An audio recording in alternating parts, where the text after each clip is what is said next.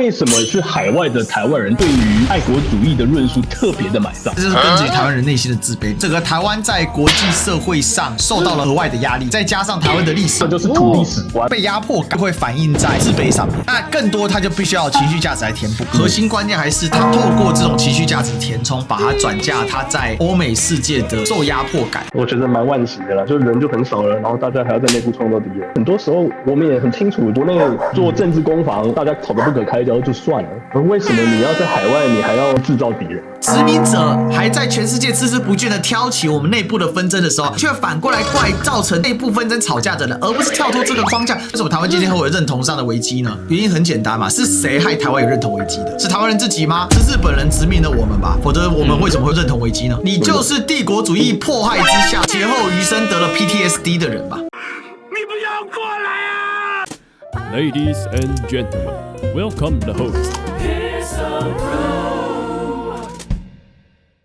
为什么是海外的台湾人对于爱国主义的论述特别的买账？为什么我会突然有这种想法？戒严的问题，大家跑出来就说很有问题嘛，很值得被质疑。它毕竟是民进党党团的官方的这个网络，我觉得它某个程度上是能够代表民进党的执政党。跟我的朋友聊了这件事，为什么马文君的时候你为什么没有什么？我说啊，马文君这件事情并没有产生确证的清楚的连结嘛。如果我们的陈峰的认知水平是如此，然后我们的立法委员一个拥有加州大学系统法学博士学历的人，他的认知是如此错乱的时候，这世界上多的是看似正常的神经病嘛。所以有一种说法就是，大部分的人其实他都不是理性思考，我们只是用理性思考在装点我们的感性思维而已。那个价值说穿了，依然是一种情绪价值的需求嘛。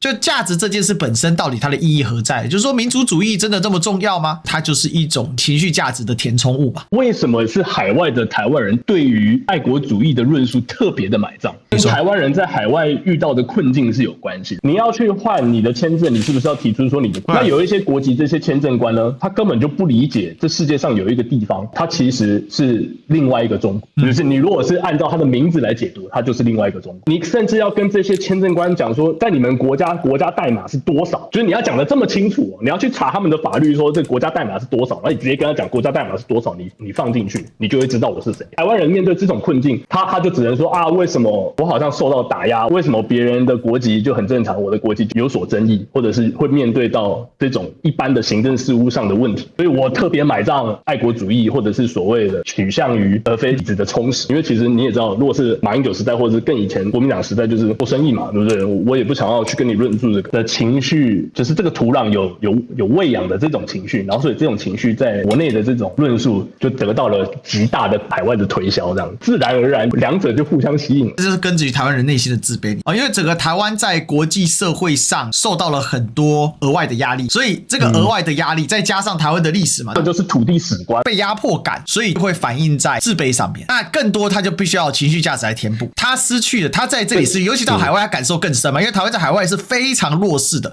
如果你不 care， 你去找中国大使馆，永远会比台湾大使馆有效。因为台湾大使馆呢，不仅呢效果很差，然后呢还有一个就养了很多闲人，就是他摆了那个位置上去了，但他并没有提供相应的服务，就是他们要的不是是非，他们要的是情绪价值，只是他们把情绪价值把它自我演绎成是非。他怼了你，他觉得他今天就是对的，他为了台湾又做了一点事情，所以他很满足。那其实华派的人基本上不会标榜自己是华派。我说没有，其实我在想这个戒严的问题，历史哥，我在想为什么一直有一个既定的认知，就是说国民党是被逼开放，但是这几年我慢慢史料也读多了，当年国民党如果要血腥镇压是做得到的。我反过来讲，韩国戒严可以这么激动，然后台湾人可以把戒严就是拿出来当儿戏一样，就是解严之后的民主的获得容易程度是两个回事。韩国是直接死人给你看。我觉得核心关键还是他透过这种情绪价值的填充，把它转嫁他在欧美世界的受压迫感。到了第三世界，尤其到了非洲相对基建落后发达的地区的时候，那个爱国是因为感恩我们有一个很好的台湾有很棒的健保，有很棒的基建，有这些基本的基础设施，然后有一个安定的社会，感念自己家乡的好。到了先进国家欧洲美国，他所受到的是双重压力。第一个，梦幻泡泡被戳破嘛，因为现在欧美那烂成什么样子。德国的基础建设很多的原因都落在于他们的法规有问题，他们的法规太严谨，然后大家不敢就是往下而且有问题，更多的原材料更新很慢，公共支出大部分又囿于社福预算，所以真正在落实到公共支出的时候是很有限的。对啊，你跟台湾比确实是这样，但是跟美国比，欧洲说个别国家算是治理效能非常高，比如说像挪威这一种的，但挪威那个生活又太困苦，他们的第一个是物理落差，梦幻泡泡到了海外就有破灭，所以他要找补嘛，所以他第一个他需要这个情绪价值。第二个，不管在哪一个欧美国家，只要白人为主的世界，基本对于有色人种就是歧视，只是差别在于多或寡。近代史就是一部征服史，而这个征服史就是奴役当地老百姓，所以叫殖民嘛。这种征服不是一般的征服，它是一种殖民运动，所以这种殖民运动就是分成人跟奴隶，只是今天奴不能再为奴，奴必须变成人，那人就要分主要人种跟次要人种，就这样。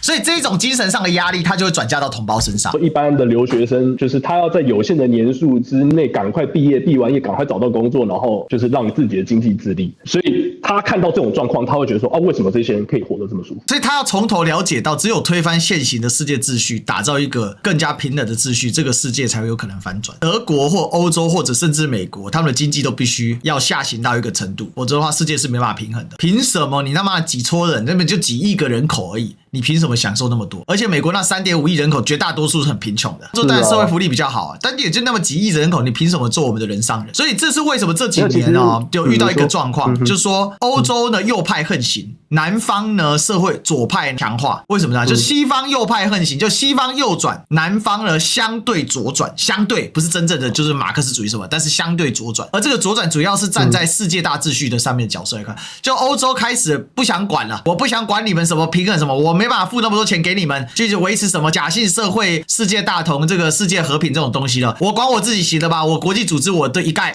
就是只参加不付钱，右转。这个南方国家基本上就越来越盛行所谓的世界左派。这个世界左派不是指说它一样实行社会福利什么，它可能个别国家内部还是依然是资本主义啊，或者是不平等什么，但整体来讲，他们会更以国家来追求这个世界秩序的平等，慢慢的就在这改变。这个就很单纯，我其实。我觉得蛮惋惜的啦，就人就很少了，然后大家还要在内部创造敌人。很多时候我们也很清楚，就是你在国内做政治攻防，然后大家吵得不可开交就算了，而为什么你要在海外，你还要就是？所以你知道你的核心不幸到底哪里来？为什么台湾今天会有认同上的危机呢？原因很简单嘛，是谁害台湾有认同危机的？是台湾人自己吗？不是吧？是日本人殖民了我们吧？否则我们为什么会认同危机呢？那就是说穿了就一句话，你就是亚细亚的孤儿，你就是帝国主义迫害之下的劫后余生得了 PTSD 的人嘛，所以你应该有病耻感。我们为什么我们要服从殖民地主义的思想？你为什么要奴化你自己呢？我想不透。殖民者还在全世界孜孜不倦的挑起我们内部的纷争的时候，你却反过来怪造成内部纷争吵架的人，而不是跳脱这个框架。你读了那么多的书，你是博士，你应该不会不懂吧？